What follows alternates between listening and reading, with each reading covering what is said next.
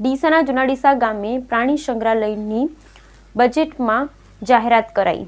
ડીસાના જૂના ડીસા ખાતે પ્રાણી સંગ્રહાલય બનાવવાના બજેટમાં જાહેરાત। અગાઉ વન વિભાગે 300 કરોડના ખર્ચે પ્રાણી સંગ્રહાલય બનાવવા સૈદ્ધાંતિક મંજૂરી આપી હતી।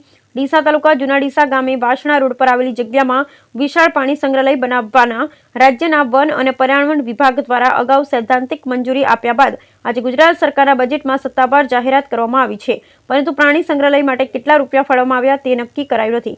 રાજ્ય સરકારના આજના બજેટમાં ઉત્તર ગુજરાતને સૌથી મોટી ભેટ મળવા જઈ રહી છે। બનાસકાંઠાનું ડીસામાં રાજ્યનું સૌથી મોટું પ્રાણી સંગ્રહાલય બનવાનું છે।